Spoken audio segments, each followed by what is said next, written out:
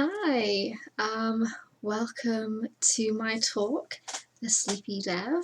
I'm Hannah Pretswell, and this is Richlock Brimstone, joining me today all the way from the wonderful land of Tyria.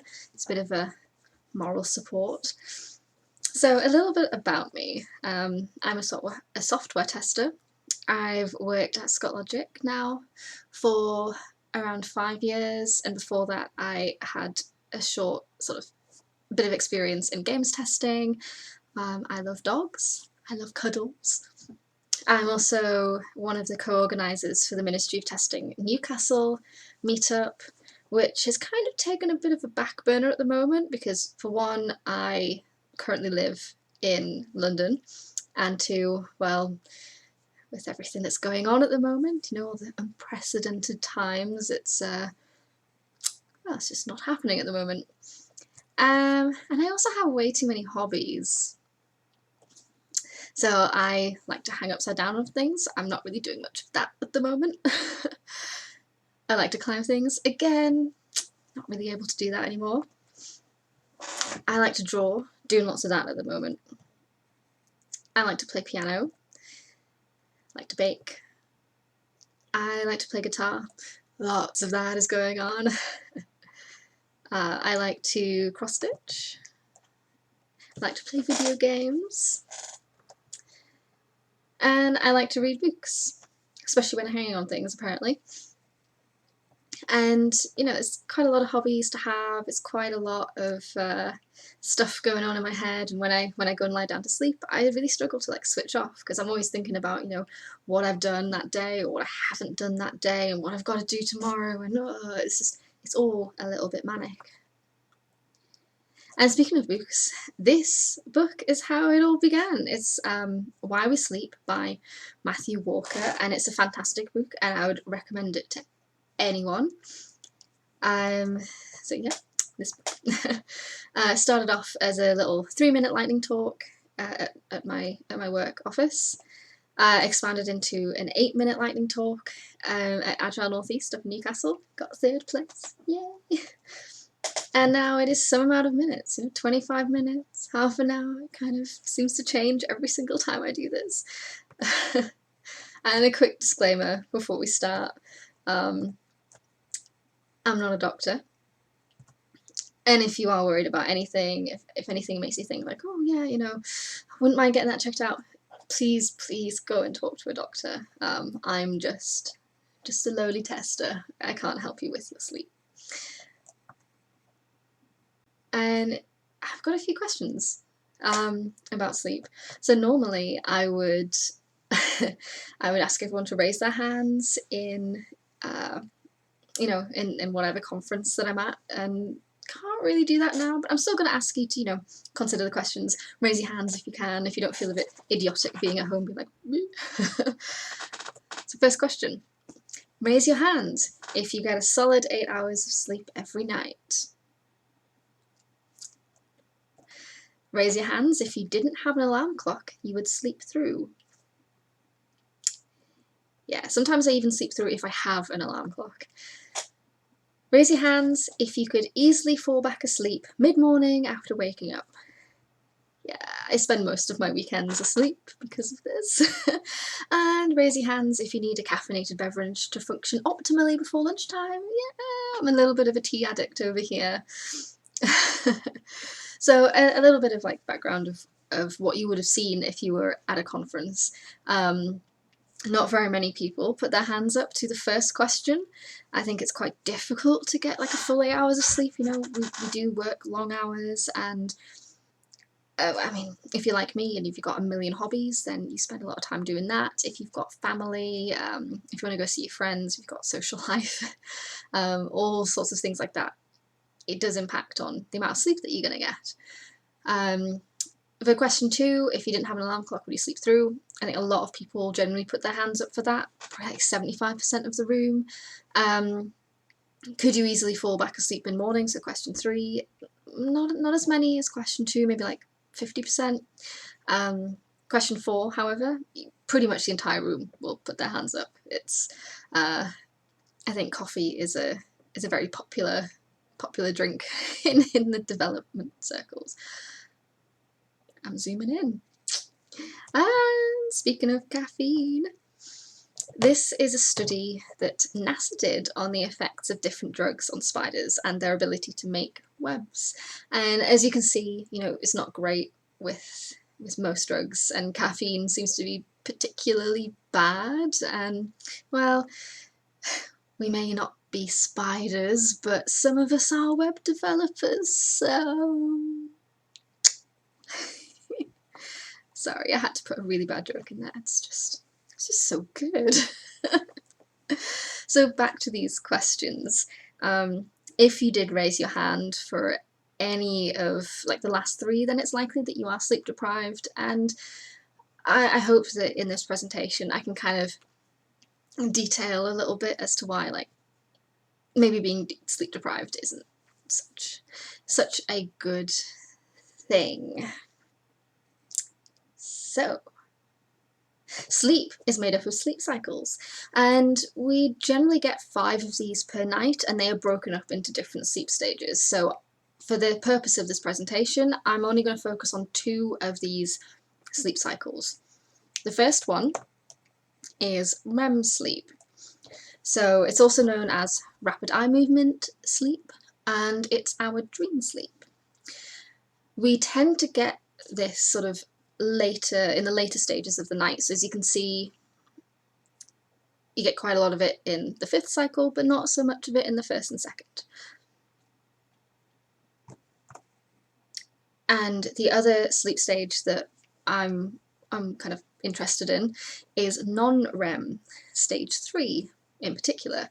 And this is also known as deep sleep. And you can see it's kind of the opposite of REM sleep, in that we get more of it earlier on in the night and less of it kind of later. And here's just a little bit of like an example that I pulled from my Fitbit. It didn't pick up the deep sleep very well. It never does. I mean, Fitbits are always they're not very accurate with sleep tracking. But you can see here that with the REM sleep, it's got pretty defined cycles, and I'm getting more of it as I go through later on in the night. So how does sleep affect our memory?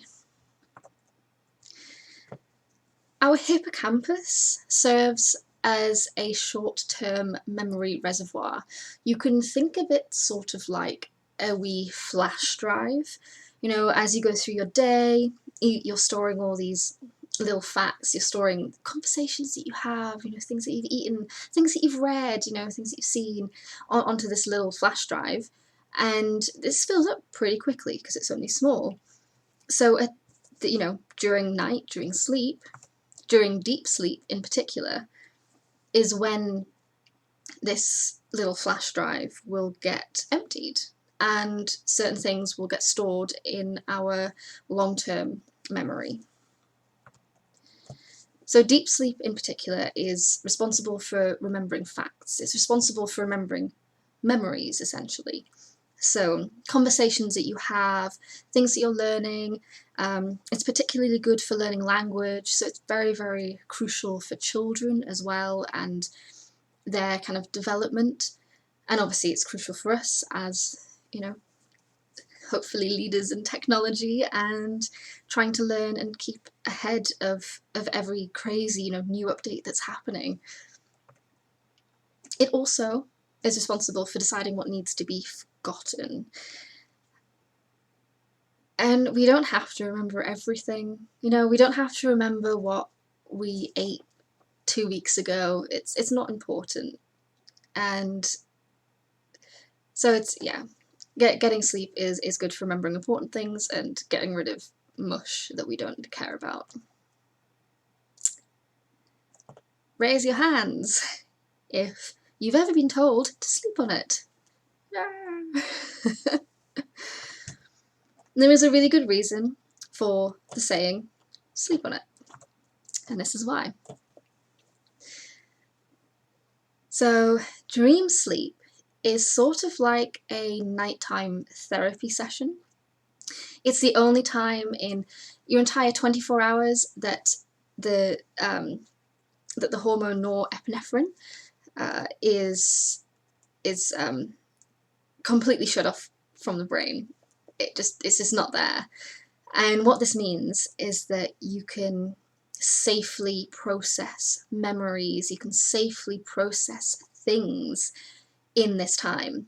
And I think particularly during this specific time, we're all struggling, you know, we're all going through some kind of trauma, especially when I get a camera zoomed in on my face.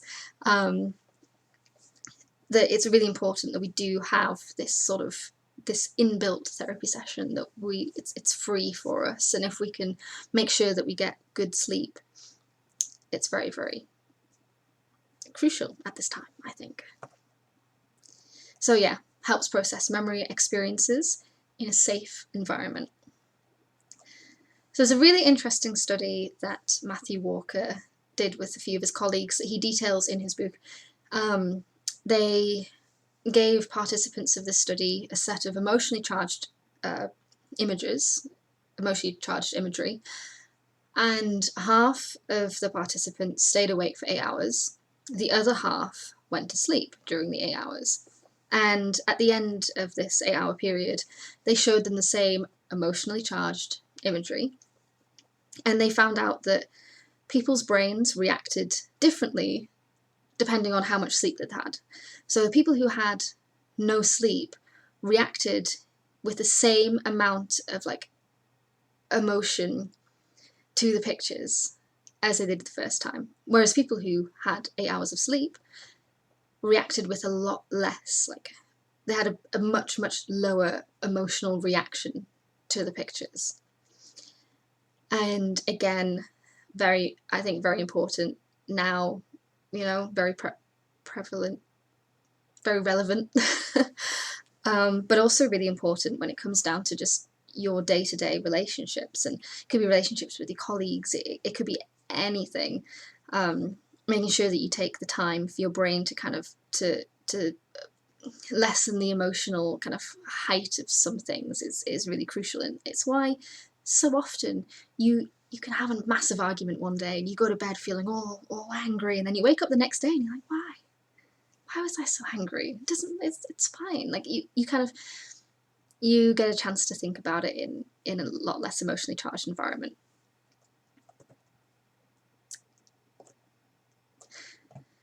So something else that was really interesting to read in his book was chronic sleep restriction is associated with greater financial risk-taking. And I think something really interesting that came out of this is that the participants of the study, they didn't even realise that they were making riskier decisions. And it's another thing that I think is so important to us, as you know, technical professionals. We do have to make a lot of decisions. You know, we have to make a lot of estimations. We have to look at things and almost give impartial view to a lot of stuff. And if we are lacking in sleep and we are unable to give our best judgment possible, it's going to be at the detriment to ourselves and to projects that we're on and to our co-workers. And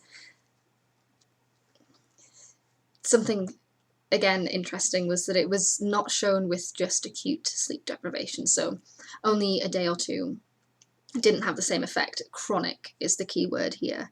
So if you are consistently getting a lack of sleep, then yeah, there is a chance that you may be making risky decisions. Another really, more experiments here, but another really interesting experiment that he talks about in his book is one that's very relevant to learning. So in this experiment, they gave the participants some complex tasks, then had them go away, and some of the participants of the study would either rest, so they wouldn't get sleep, they would just kind of lie down in a room, chill for a bit. Another group would get sort of induced deep sleep, and another group would get induced dream sleep. And they were seeing how much they would improve on these complex tasks that they got given. So this graph is showing when they got given a complex task They had some time to go away and either rest or sleep, and then they came back and did the exact same complex task again. And what we can see is that it's all pretty similar improvement, but deep sleep does improve just that little bit more. And this goes back to what we talked about before, in that deep sleep is responsible for remembering facts, for intaking, so basically what you're doing when you're doing the same task again is that you're just remembering exactly what you did the previous time. And this is a really interesting one, is they gave people a primer for a complex task, then had them go away, rest or sleep, and then gave them the complex task. And we can see that dream sleep had the biggest improvement. And the reason for this is because dream sleep is responsible for creativity. It's responsible for problem solving. It's the one that makes connections in our brains. And that is absolutely crucial for the work that we do. If you're a tester, if you're a developer, it is so important that we are able to solve problems and to be creative to the best of our ability. We're always trying to come up with new innovative ways to solve problems and to improve the things that we're making. So going back to this little graph that I showed you earlier, hopefully you can see now why it's so important to get that full 8 hours, 7 to 9 hours of sleep. You don't want to miss out on any of those cycles. You don't want to miss out on any of the stages. You want to get your full deep sleep for memories, for facts, at the start of the night, and you want to get your full REM sleep as possible towards the end of the night. So how does sleep affect our physical health? Let's find out. So deep sleep is responsible for a growth hormone. So it's very, very important that obviously children get as much sleep as possible. And also, well, because it's responsible for a growth hormone, that means that if you're doing exercise and you're trying to build muscle, you're trying to get better at something, you need that growth hormone there. And they found that a chronic lack of sleep is associated with a higher risk of sports injury. So if you're trying to improve yourself, trying to improve your physical ability at something, then getting sleep is crucial. It was also discovered that just 2 consecutive nights of 4 hours of sleep decreased leptin levels and increased ghrelin levels. So leptin is responsible for making you feel full, and ghrelin is responsible for making you feel hungry. So obviously, just 2 nights of 4 hours of sleep makes you feel less full and more hungry. And then if you add in the sort of risk-taking that we know about from earlier, you're more likely to reach for a candy bar instead of an apple, which isn't great for your health. And it's also really good for muscle memory. So if you're trying to learn piano, or if you're trying to learn a new sport or learn to dance or anything like that, it is so crucial. And being good at hobbies and enjoying your hobbies and improving at your hobbies outside of work is really, really important for that work-life balance. And also, better immune system if you have more sleep. Obviously, too much sleep is potentially detrimental, but whether it if excess sleep is caused by something or is the cause of something is still up for debate. Getting ahead of myself there. So how does sleep affect our brains in this capacity? So lack of sleep has been linked to a risk of Alzheimer's. Alzheimer's is caused by a buildup of amyloid plaque, and sleep is responsible for removing the protein that causes that plaque buildup. There was a study that found that just one night of sleep deprivation saw elevated amyloid protein levels in mice and in humans. So it's crucial that we do now get a good sleep hygiene, because it protects our futures, and we want to have as long and happy lives as possible. And also, this was interesting. I did quite a lot of research on the effects of sleep and sort of mental disorders, particularly depression and anxiety, because those hit quite home for me. And it was discovered that it's basically a two-way street. Sleep, a lack of sleep can cause, or at least exacerbate, things like depression and anxiety, and it can make symptoms of other things, symptoms of ADHD, for example, a lot worse. But things like depression and anxiety can make it so much harder to get to sleep. It's a very, very difficult spiral to be in and to get out of. So, in conclusion, sleep affects everything that we do. It affects our ability to learn, to create memories, to solve problems. It affects our physical health and our mental health. It affects our hobbies and the future. And interestingly, we get on average 1 hour sleep less a night than we did 50 years ago. And this is despite having much more cognitive-based jobs than we did back then.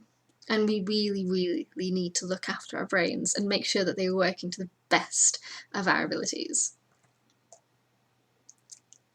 Just a quick little thing. I think that quite a few people are probably in this in the same situation as me during the lockdown, is working and sleeping in just one room, just in your bedroom. So like this is my workspace. If I can turn this around so you can see. And yeah, that's my bed right there. So I don't really have much separation between work, relaxing, and sleeping. And something that I think is really important that you can do when you're in this kind of situation is to not relax in bed, which sounds counterintuitive, but by relax I mean things like watching TV, playing video games, you know, drawing, if you play guitar or anything like that, you know, keep that for some space that is not on the bed. The bed is for sleep only. I do read in bed, but I read before I go to sleep, so I feel like that's a little bit different, and I've done it since I was a child as well. But yeah, try and make sure that your sleep space is very, very separate from your living space. So what are other things that you can do to help with your sleep hygiene? You can try and get 7 to 9 hours of sleep a night, which is a lot easier said than done. You know, with our working hours and then our commutes and our, you know, having to do all our chores, our daily things, and do our exercise, you know, you're looking at being lucky to have just 9 hours of spare time per day, never mind 9 hours to just sleep. But that leads us on to our next point, which is that you do need to prioritize sleep. So that might mean, yes, you will have to cut out an episode of whatever TV show that you might be watching. Or yeah, it might mean that you have to juggle around some sort of social kind of activities that you might be doing. But you know, from this presentation, you can see that sleep is very, very crucial. It's very, very important. So some ways that you can actually help get to sleep is things like having no lights, no screens before bed. It's recommended 2 hours, but I think that's quite difficult in our, you know, in our line of work. we are very computer based, but try and not have screens in the bed or near the bed. Try and give yourself up to 2 hours is the best, but avoid caffeine if you can. I obviously drink a lot of tea, but I try not to have any after 3 o'clock in the afternoon, because I do find that the later that I have it in the day, the worse my sleep is. Also, having a quiet room is very important so that you don't get woken up. And in contradiction to that, you can use things like white, pink or brown noise, sort of different frequencies, and they can help you get to sleep. They can help drown out background noise that might otherwise wake you up. Also, having a low temperature is really key for getting to sleep, which is obviously going to get a lot harder now that we're getting into summer. But so maybe, yeah, invest in maybe invest in some good fans. And also, if you do sleep with a partner, you don't have to split beds to keep cool. You can just split blankets, have separate blankets. And this is one that really got me. I started to track my sleep and could get quite anxious over the amount of deep sleep that I was getting and the amount of REM sleep that I was getting, and it ended up being, it could be difficult for me to get to sleep because I got so anxious. So yeah, don't believe your Fitbits. If you're worried, go see a doctor, but they are not accurate. And as what happened with me, it can actually stress you out more and you struggle to get to sleep. And yeah, the one that I always get booed for, avoid alcohol. It's even though it is a nice nightcap, it's a sedative, which means that you won't get the proper sleep cycles or anything like that. So you won't get proper sleep, you won't get as good deep sleep or REM sleep as you might otherwise. And on that note, cheers. Thank you all for watching, and I hope you have a lovely day.